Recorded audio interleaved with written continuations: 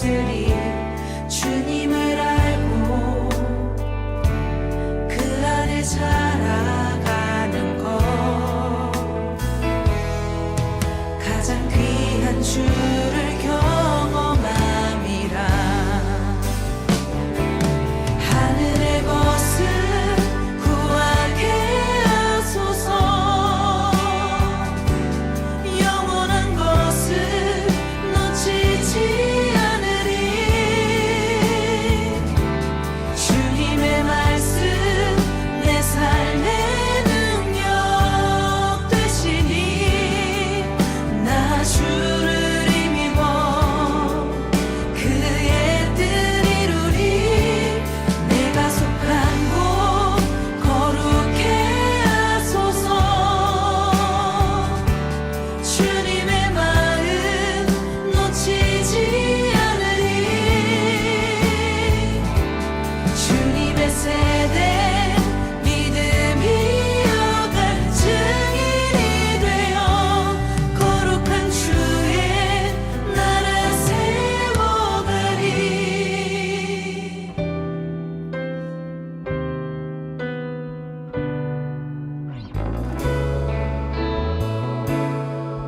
주님을 믿고 주 안에 살아가는 것, 주님을 믿고 주 안에 살아가는 것 얼마나 복된 일인지 증량할 수 없으리. 주님을 알고 그 안에 살아가는 것 가장 귀한 주를 경험함이라. 하늘의 것을 구하게 하소서. 하늘의 것을 구하게 하소서. 영원한 것을 놓치지 않으리. 주님의 말씀 내 삶의 능력 되시니 나 주를 힘입어 그의 뜻 이루리. 내가 속한 곳 거룩해 하소서. 주님의 마음 놓치지 않으리. 주님의 세대 믿음이 어갈 증인이 되어 거룩한 주의 나라 세워가리.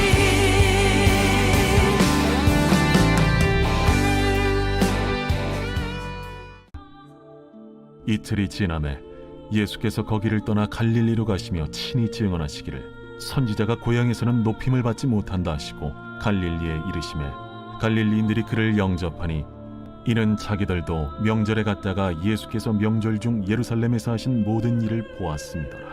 예수께서 다시 갈릴리 가나에 이르시니 전에 물로 포도주를 만드신 곳이라. 왕의 신하가 있어 그의 아들이 가버나움에서 병들었더니 그가 예수께서 유대로부터 갈릴리로 오셨다는 것을 듣고 가서 청하되 내려오셔서 내 아들의 병을 고쳐주소서.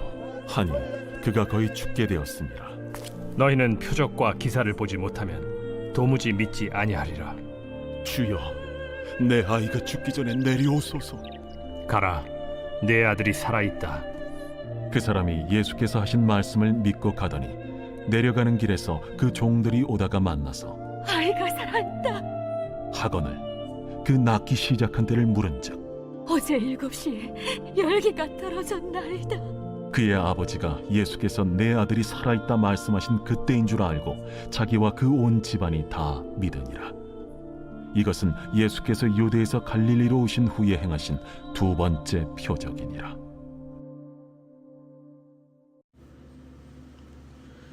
오늘 본문에서 예수님께서는 사마리아 지역을 떠나 다시 갈릴리로 올라오십니다. 예수님께서 이곳에 이르셨을 때 예수님을 영접하는 갈릴리 사람들을 볼 수 있는데, 본문에서는 이 이유에 대해 예수님께서 명절 중 예루살렘에서 하신 모든 일들을 이들이 봤기 때문이라고 이야기합니다. 예수님께서는 특별히 이곳에서 가나 지역을 가시는데, 이곳은 우리가 잘 아는 가나의 혼인잔치, 예수님께서 물로 포도주를 만드신 첫 번째 표적이 있었던 곳입니다. 다시 말해 예수님께서 지금 방문하고 계신 갈릴리 지역은 예수님에 대한 어떤 기대감으로 가득 차 있는 것을 볼 수 있습니다. 이전에 가나에 방문하셨을 때 하셨던 놀라운 일에 대한 소문이 이 지역 내에 얼마나 많이 퍼져 있겠습니까? 거기에 예루살렘에서 하신 일들에 대한 소문까지 더해져 있는 상황입니다. 이러한 소문을 듣고 동일한 기대감을 갖고 지금 여기 가나에 있는 한 사람이 있습니다. 바로 46절에 나오는 왕의 신하입니다. 이 신하에게는 아들이 있는데 지금 병에 걸려서 죽음에 가까운 극한의 상황에 처해 있습니다. 이 아들을 살리기 위해 얼마나 많은 노력을 했겠습니까? 자신이 할 수 있는 건 다 했을 것입니다. 그렇게 더 이상 할 수 있는 것이 없다는 무력감을 느끼는 와중에 예수님이 놀라운 일을 행하신다는 소문을 듣게 되었을 것이고, 바로 그분이 갈릴리에 오셨다는 소문을 듣고 아들을 살리고자 하는 그 아비의 마음 하나로 가버나움에서 이곳까지 온 것입니다. 이 아버지는 예수님께 가버나움에 내려오셔서 아들을 살려주실 것을 간청하는데, 헬라어 원문을 보면 단 한 번의 간청이 아닌 계속해서 간청하였음을 볼 수 있습니다. 그만큼 간절하고 급박했던 것입니다. 하지만 예수님께서는 이 사람을 보며 너희는 표적과 기사를 보지 못하면 도무지 믿지 않는구나 라고 말씀하십니다. 예수님께서 하신 이 말씀은 어찌 보면 왕의 신하를 포함한 예수님을 영접하던 갈릴리 사람들 모두의 마음을 꿰뚫어 보시고 하시는 말씀입니다. 이는 앞서 예수님께서 언급하셨던 선지자가 고향에서는 높임을 받지 못한다라는 말씀과도 연관이 됩니다. 앞서 갈릴리 사람들이 예수님을 영접하였다라고 할 때 영어 성경에서는 welcomed 혹은 received라는 표현을 사용했습니다. 즉 말 그대로 단순히 환영을 하고 맞이한 것이죠. 하지만 예수님께서 언급하셨던 말씀에서는 높임, 명예라는 단어가 사용되는데 이 두 표현 사이에 갭이 있다는 것을 볼 수 있습니다. 우리는 구약의 이스라엘 역사를 통해서 얼마나 많은 선지자들이 자신의 백성들에게 핍박을 받아왔는지 잘 알고 있습니다. 또한 예수님도 결국은 자신의 백성들에게 조롱받으시고 핍박을 받으시고 십자가에 달리십니다. 이런 관점으로 앞서 예수님을 환영한 갈릴리 사람들을 다시 보면 그들이 예수님을 어떠한 기대감 때문에 환영했다는 것이 더 분명하게 보여집니다.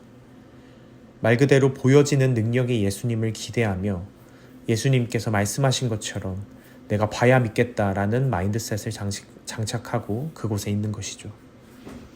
이를 다르게 이야기하면 이것이 사라지면 그들이 기대하는 것과 다르다면 얼마든지 돌아설 수도 있다라는 의미일 수 있겠습니다.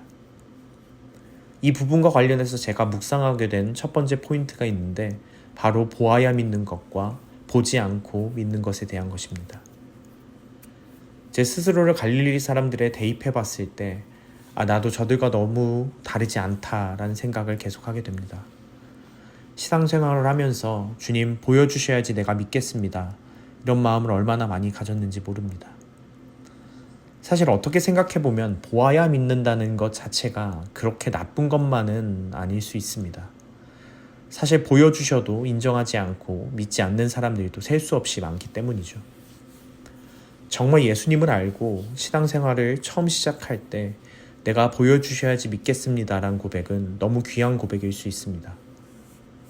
왜냐하면 초신자에게 하나님의 일하심을 보고 경험하며 그렇게 하나님을 알아가는 것은 너무 귀중한 시작점이기 때문입니다. 여기서부터 시작하여 우리의 신앙이, 우리의 믿음이 자라가는 것이죠. 하지만 10년, 20년이 지나고 시간이 많이 지남에도 불구하고 여전히 여기에 머물러 있다면 뭔가 문제가 있을 수 있겠죠. 제가 텍사스에서 공부할 때 저희 교회 목사님께서 자주 하시던 말씀이 있습니다. 성도들의 믿음의 성장을 독려하시면서 도전하실 때 하시는 말씀인데 언제까지 6학년 6반에 머물러 있을 거냐는 말씀이셨습니다. 에베소서 기자가 말하였던 것처럼 우리는 하나님을 경험으로 알아가며 성장하여 그리스도의 장성한 분량이 충만한 데까지 이르러야 하는 사람들입니다. 그렇다면 여기서 한 단계 더 나아간 것은 무엇일까요? 앞서 보아야 믿는 것은 그 믿음의 근거 혹은 기초에 어떠한 현상, 사건이 있음을 볼 수 있습니다. 볼 수 있는 어떤 사건, 예수님께서 하신 일, 놀라운 기적들이 있는 것이죠. 그렇게 이런 것들이 더 이상 없다면 혹은 내 기대와 다르다면 흔들릴 수밖에 없습니다. 하지만 이렇게 하나님이 하시는 일들이, 그 경험들이 내 삶의 여정이 하나하나 기록되어지고 누적되면서 우리는 비로소 하나님이 어떤 분이신지 자연스럽게 알아가게 됩니다. 눈앞에 보여야 믿는 믿음에서 한 단계 더 나아가서 비록 눈앞에 보이지는 않지만 과거에서 지금까지 인도하시고 도우셨던 그 에베네셀의 하나님, 그분께 믿음의 근거를 두고 동일하게 역사하실 여호와 이레의 하나님을 믿게 되는 것이죠. 우리 가운데 이렇게 하나님을 신뢰하며 보지 않고 믿는 믿음이 충만하기를 소망합니다. 다시 본문으로 돌아가 보면 너희는 표적과 기사를 보지 못하면 도무지 믿지 아니하리라는 예수님의 말씀에 왕의 신하는 아랑곳하지 않고 계속하여 간구합니다. 이에 예수님께서는 아들이 살았다고 말씀하십니다. 이 말씀을 듣는 아버지의 반응이 놀라운데 예수님의 말씀을 듣고 믿어 아들에게 돌아갔다고 본문에 나와 있습니다. 그리고 그 다음날 가버나움으로 돌아가는 길에 집에서 온 종들을 만나 이 아들이 살아났다라는 기쁜 소식을 듣게 되고 이 사건을 통해 그와 온 집안이 믿음 가운데로 들어오게 됩니다. 오늘 말씀의 후반부를 통해서 저는 두 번째 묵상 포인트를 나누고 싶습니다. 바로 순종을 통해 성장하고 확인되어지는 믿음입니다. 마지막 54절 말씀을 보면 사도 요한은 이 사건에 대해 예수님께서 유대에서 갈릴리로 오신 후에 행하신 두 번째 표적이라고 이야기합니다. 이 앞서 첫 번째 표적은 바로 가나의 혼인잔치에서의 표적입니다. 첫 번째, 두 번째 이렇게 숫자를 붙였기에 우리는 이 두 사건을 연관지어서 한번 생각해 볼 수 있을 것 같습니다. 이 두 사건에서 공통적으로 보여지는 것은 예수님이 행하신 놀라운 기사에 앞서 예수님의 말씀이 있었고 이에 따르는 순종이 나옵니다. 가나의 혼인잔치에서 예수님께서는 하인들에게 항아리에 물을 채우라고 하시고 다 채우자 떠서 연회장에 가져다 주라고 말씀하십니다. 어찌 보면 이 의아한 말씀에 하인들은 그대로 순종하였고 말씀하신 것을 행하였을 때 사람들이 경험한 것은 놀라울 정도로 훌륭한 포도주였습니다. 다른 사람들은 이 포도주의 출처에 대해 제대로 알지 못하였지만 순종했던 하인들은 이 포도주가 어디서 어떻게 왔는지 너무 잘 알고 있습니다. 오늘 본문에서 예수님께서는 왕의 신하에게 말씀하십니다. 내 아들이 살아있다. 이 말씀을 들은 왕의 신하는 그 말씀을 믿고 돌아갔다고 표현되어 있습니다. 어떻게 이렇게 단번에 믿고 돌아갈 수 있었을까요? 이렇게 돌아가는 이 사람의 마음은 어땠을까요? 굳은 믿음으로 인해 마음의 평강과 평안을 안고 돌아갈 수 있었을까요? 아니면 믿기는 하지만 반신반의하며 정말 이래 될까 하는 어떤 불안감이 여전히 남아있진 않았을까요? 저는 사실 후자가 더 와닿는 것 같습니다.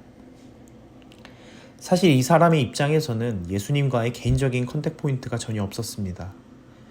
예수님에 대해 개인적으로 아는 것이 전혀 없고 개인적인 경험도 전무하죠. 앞서 나누었던 하나님의 일하심이 삶 가운데 축적되어 있던 그런 사람이 전혀 아니었습니다. 그저 예수님에 대해 소문으로만 들었고 아들에 대해 자신이 할 수 있는 것이 더 이상 없다는 절박함과 간절함밖에 없었습니다. 그렇기 때문에 실제로 예수님께서 아들을 정말로 고칠 수 있는지, 이 예수님의 놀라운 능력이 정말 자신의 삶 가운데서도 역사하실지 확신할 길이 전혀 없었습니다. 이 사람이 예수님이 하신 말씀을 믿는다고 하는 것은 어찌 보면 예수님에 대한 소문과 믿을 수밖에 없는 절박한 상황의 결과물이었을 것입니다. 마지막 방법으로 예수님을 찾아왔는데 함께 가버나움에 가실 생각은 없어 보이시고 나았으니 돌아가라는 말씀뿐이니 이 사람의 입장에서는 할 수 있는 것이 그렇다고 믿는 것밖에 없었습니다. 이에 왕의 신하는 그 말씀을 믿고 돌아가기로 결정합니다. 여전히 불안하고 긴가민가 하지만 유일한 의지할 것인 그 말씀을 믿고 돌아갑니다. 일단 믿고 돌아서는 그 발걸음 가운데 가버나움으로 향하긴 하였지만 여전히 알 수 없는 그 아들의 상태에 대해 고민하고 걱정하며 돌아갔을 것입니다. 그리고 그 돌아가는 길에 종을 만나 기쁨의 소식을 듣게 되죠. 이때 한 가지 더 놀라운 것은 이 왕의 신하는 종들에게 아이가 언제 낳았냐고 되묻습니다. 그리고 아이가 낳은 시점이 예수님의 말씀이 선포된 시점임을 깨닫게 되죠. 제 생각에 이 왕의 신하는 돌아가는 와중에도 계속 이런 생각을 했을 것 같습니다. 정말 나았을까? 이대로 돌아가는 게 정말 맞을까? 이렇게 예수님의 말씀에 대한 믿음과 아들에 대한 걱정 사이에 왔다 갔다 하는 중에 기쁜 소식을 듣게 되고 종들의 대답을 통해 이것이 우연이 아닌 예수님의 행하심이었음을 분명히 알게 됩니다. 저는 이 시점이 이 왕의 신하의 믿음이 비로소 견고해지고 스텝업하게 된 시점이라고 생각합니다. 왕의 신하가 예수님의 말씀을 믿고 돌아가겠다라는 선택을 하였을 때 사실 그의 입장에선 엄청난 불확실성에 몸을 내던진 것이나 다름이 없습니다. 엄청난 믿음을 갖고 이 선택을 했다기보다는 100% 확신할 수는 없지만 그저 이것 말고는 방법이 없기 때문에 상황을 완전히 맡긴 것이죠. 그런데 이게 최고의 선택이었던 것은 바로 예수님의 말씀에 자신을 내던진 것이기 때문입니다. 이 순종의 결과는 우리가 잘 아는 것처럼 아들이 낳았다는 기쁜 소식을 듣게 됩니다. 그리고 이렇게 말씀의 능력이 확증되었을 때 비로소 이 아버지의 믿음이 더 견고하게 되어진 것이죠. 우리 또한 삶의 자리에서 이런 상황들을 마주할 때가 있는 것 같습니다.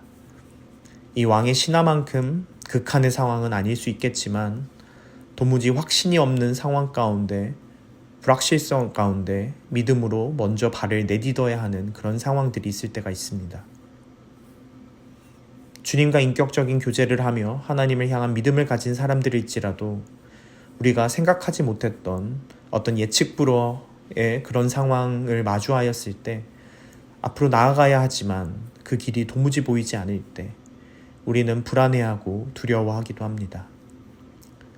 주님을 향한 정말 굳은 믿음이 있다면 하나님이 인도하시고 일하실 것을 믿고 신뢰하기 때문에 그 어떠한 상황 가운데서도 아직 우리 눈앞에 그 길이 보이지 않을지라도 우리는 믿음으로 나아갈 수 있을 겁니다. 하지만 현실에서의 우리는 그러지 못할 때가 참 많은 것 같습니다. 이렇게 새로운 상황 가운데서 하나님께서 동일하게 일하실까? 하나님께서 과연 이런 것도 가능하실까? 긴가민가 하면서 염려하게 됩니다. 하나님을 신뢰한다고 이야기하지만 결국은 여전히 나의 경험, 나의 지혜를 더 신뢰하게 되고 하나님을 신뢰한다고 이야기하지만 그것조차도 내가 경험한 만큼의 하나님만을 신뢰하며 하나님의 능력과 일하심을 제한할 때가 참 많은 것 같습니다. 하나님이 내 삶 가운데 일하신 것조차도 우리의 경험의 일부가 되어서 그 경험들을 자꾸 의지하려고 하는 것이죠. 나에게 익숙하지 않은 상황, 내가 전혀 경험해보지 못한 길, 혹은 예측 불허의 상황 앞에 우리가 서 있을 때 하나님께서는 종종 우리에게 순종을 요구하십니다. 거창한 순종이라기보다는 이런 상황 가운데서도 나 한번 신뢰해볼래? 라고 말씀하시면서 앞이 보이지 않는 그 불확실성 가운데 내딛는 단 한 걸음을 원하실 때가 있습니다. 아주 작은 분량일지라도 우리가 그분을 신뢰한다면, 우리가 그분을 믿는다면 한 걸음 정도는 내디딜 수 있을 겁니다. 그 한 걸음 안에 얼만큼의 확신이 있는지는 중요하지 않을지도 모릅니다. 더 중요한 것은 그 한 걸음을 내딛는 것이죠. 이 한 걸음 안에 100%의 확신이 있다면 그 한 걸음은 아주 크고 자신감 있는 한 걸음일 것입니다. 반대로 긴가민가 하면서 내딛는 한 걸음은 아주 작고 소심한 한 걸음일 수도 있겠죠. 하지만 그 크기에 상관없이 우리가 도무지 보이지 않는 길 위에 한 걸음을 내딛었을 때 이런 아주 작은 순종을 주님께 내어드릴 때 완전히 새롭게 일하시는, 완전히 새로운 영역에서도 동일하게 일하시는 주님을 경험하게 되는 거죠. 이 한 걸음을 내딛지 못하면 우리는 그 자리에 서 있을 수밖에 없습니다. 새로운 상황 가운데 새롭게 역사하시는 주님을 경험하지 못하게 되는 겁니다. 오늘 본문에서 왕의 신하가 예수님의 말씀에 긴가민가하며 즉시 그 발길을 돌리지 않았다면 어떻게 되었을까요? 여기저기 다른 방법을 찾으러 헤맸을 수도 있고 아니면 포기하고 가버나움으로 돌아갔을 수도 있을 것 같습니다. 이 경우 아들이 살았을지 죽었을지 우리는 알 수 없습니다. 그 결과는 알 수 없지만 한 가지 분명한 것은 돌아가는 길에 종들을 만나면서 예수님의 말씀으로 인해 그가 살아났다는 그 확정적인 믿음의 경험은 하지 못했을 것입니다. 예수님의 말씀을 그냥 흘려보내고 돌아가서 봤더니 아들이 살아있었을 수도 있겠죠.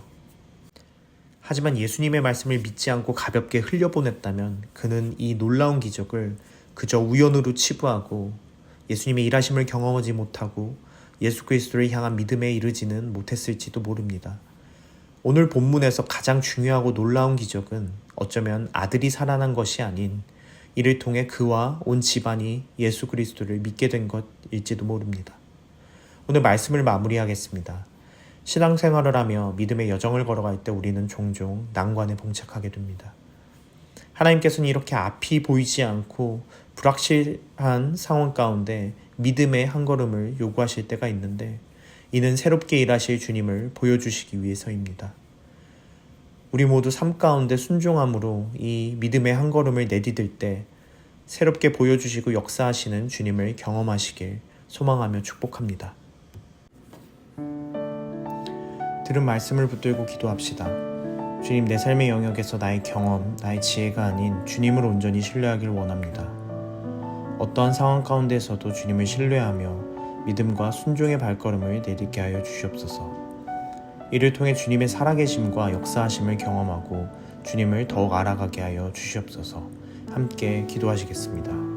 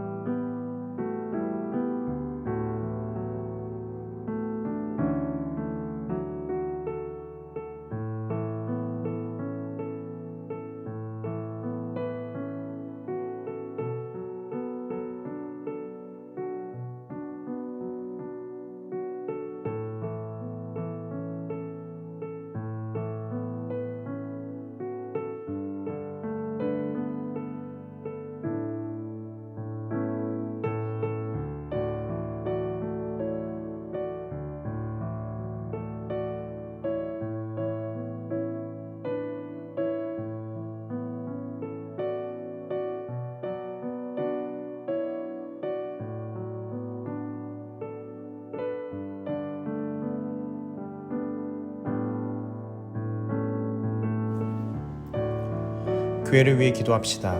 주님, 저희가 하나님의 나라 내 안에 이루소서라는 표어를 붙들고 2025년을 시작하는 시점에 서 있습니다. 이 고백대로 우리 왕 되시고 주인 되시는 하나님의 통치를 인정하며 그 말씀에 순종하는 교회 되게 하여 주시옵소서. 차세대를 위해 기도합시다. 아이들이 성장해가며 자신의 참 아버지 되시고 주인 되시는 주님을 인격적으로 알아가게 하시고 삶의 자리에서 하나님의 주인 되심을 고백하는 귀한 세대 되게 하여 주시옵소서. 특별히 유스 아이들을 삶과 말씀으로 케어해 주실 귀한 사역자를 보내주셔서 이 아이들이 주님 안에서 안전하고 건강하게 자라가게 하여 주시옵소서. 함께 기도하시겠습니다.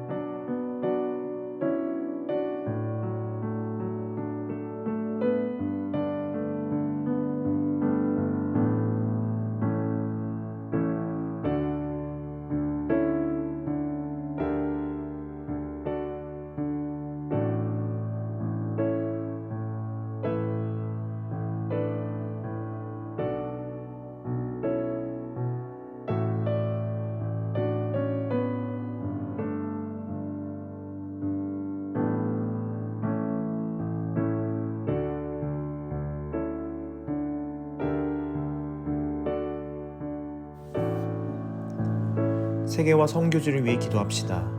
주님, 열방에서 주의 복음을 전하는 선교사님들을 주님께 올려드립니다.